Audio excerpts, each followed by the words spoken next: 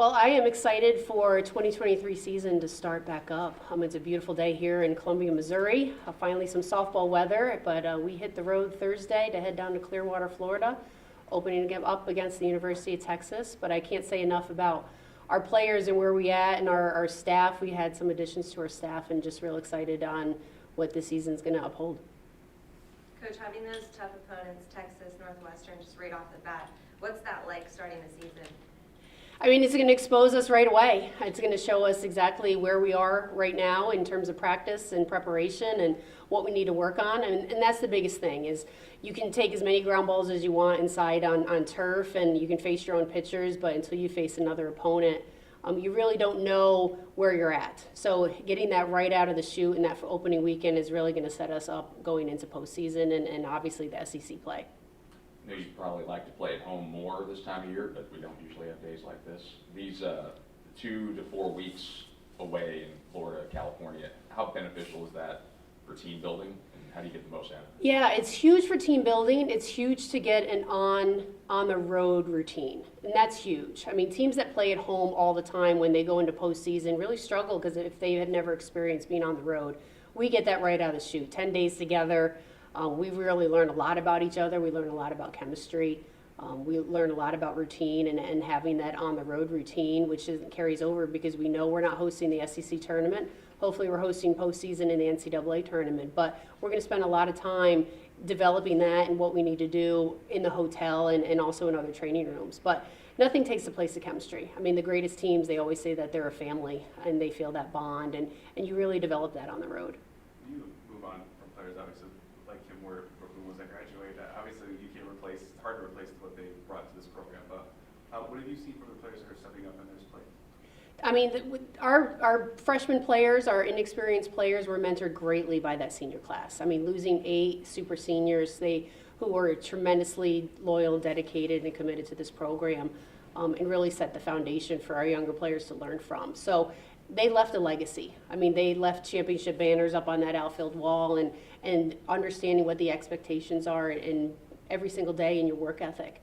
And that's carried over into players like Riley Frizzell and Kara Daly and Megan Mall. I mean, they learn from those upperclassmen and they know what the expectations are. They know what the legacy that they want to leave.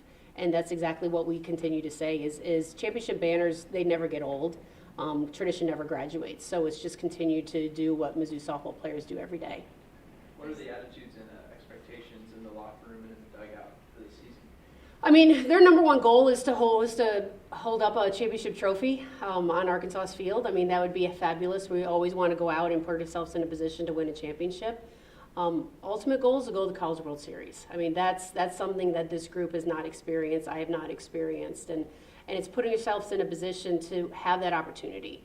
You have to go out and win your non-conference games. We know our SEC competition is going to prepare us for postseason. It's a super regional every single weekend. You know you have to come into play every single time, but you have to win those non-conference games to get the RPI in order to put yourself in a position to host regionals and super regionals, to have, it's not really an easy track, but an easier track to the College World Series. That's our ultimate goal. We've seen Jenna on almost every watch list, top 100 list. Just obviously she had a great season last season, but what has she done this off season that you've seen? She's got herself into a position, she's so unbelievably strong right now. She's worked tremendously hard in the weight room and in her conditioning. But I think the biggest difference is mentally in her working with Jeff Cottrell, our new hitting coach, in understanding what she's capable of doing, in elevating her approach, in developing a little bit different mechanics to be able to hit the ball to both sides of the field. That's really where she's elevated her game is mentally and taking it to her physical approach. What has Jeff brought to the program? Obviously, hiring him last summer to now. What has he brought to especially the hitting side of things? His number one thing has been his offensive experience playing in the World Series. I mean, he went to 3 World Series the last 3 years. His daughter is a tremendous player, was on the junior national team. So it's having that, so what comes out of his mouth in terms of this is what we need to do to get there, he's been there, so he knows what needs to be done. You can't take the place of that. That's been the number one thing. But I think what separates him from a lot of hitting coaches is personal relationship with the players and understanding them as people, not cookie cutting their swing and knowing what their body is physically capable of doing and maximizing what they physically can do. what do you feel like this pitching staff is capable of coming in? I mean, they've been together for like 3 years now. You know, you bring everybody back. Is there another level that you expect them to get to? I mean, College World Series is always the ultimate level, but as individuals, they've done, and I'm talking about Weber, Schumacher, and Krings, they've just dedicated so much time in the weight room. And I can't stress that enough because our season is such a grind. We play 56 regular season games. You add into postseason, you have 60-plus games that you're playing. And if you physically cannot withstand the travel and the workload and the grind, your body starts to break down. And if you look at our programs over the course of the last few years, we peak going into postseason. And we're playing our best softball going down the stretch. That's because we spend so much time and dedication in the weight room. Those three pitchers, Weber, Krings, and Schumacher, know what is expected of them, and they want to go out on a very, very high note. So they've committed to their craft in the weight room, which is carrying over to the pitches. Krings is throwing 70 consistently, which is on her high end where she would peak last year, and she's consistently living in that range. She's added a couple other pitches to her repertoire, as is Weber, as is Schumacher. So having that advantage and adding more pitches, adding different off-speed look, is going to make them that much tougher to hit. You talk about Weber Kriegs. Obviously, we know how good they are. They could start any game for you Yeah. if needed. But what is Schumacher bringing, especially you mentioned her in the same vein as Kriegs? She really filled a role last year for us in the relief position. She's great in that the ability to be able to control her emotions and know what she's capable of doing. She added an off-speed pitch this off-season, so she's going to be a lot tougher rather than just relying on her speed. Now she's going to be able to keep hitters off balance a little bit more, which allows her to go deeper into the lineup. That's where I see her being able to add a lot more to our staff because she's going to be able to go through the lineup one or two more times than she did in the past. What does that do for Jordan Warren?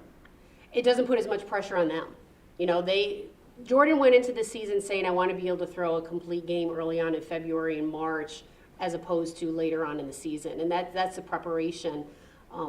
Physically, I know Jordan and Krings will be able to do so.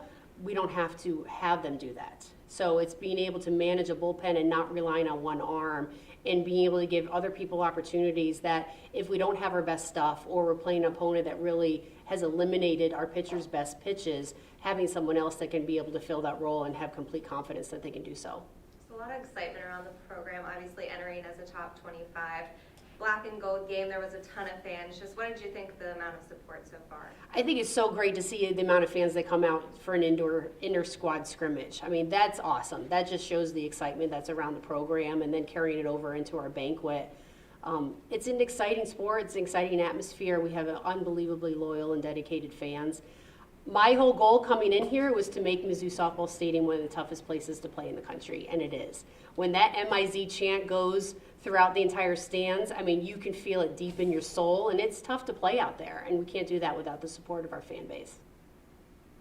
When you talk about replacing some of the people that you've lost, there's replacing the production and there's also replacing the people. And what are kind of those two efforts from the coaching staff to replace not only what they take off the field, but what they produce on the field?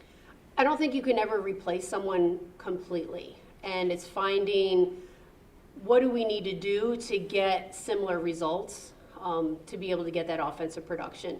You can't replace Brooke Wilmus's leadership. Absolutely not. But we can be able to get the best out of players like Jenna Laird and Alex Honnold and Megan Mall to be able to supplement what Brooke brought to the team and brought to the program. But looking at our players, what can we do? What do our players on the team, what lineup do I have to create to be able to maximize our opportunities?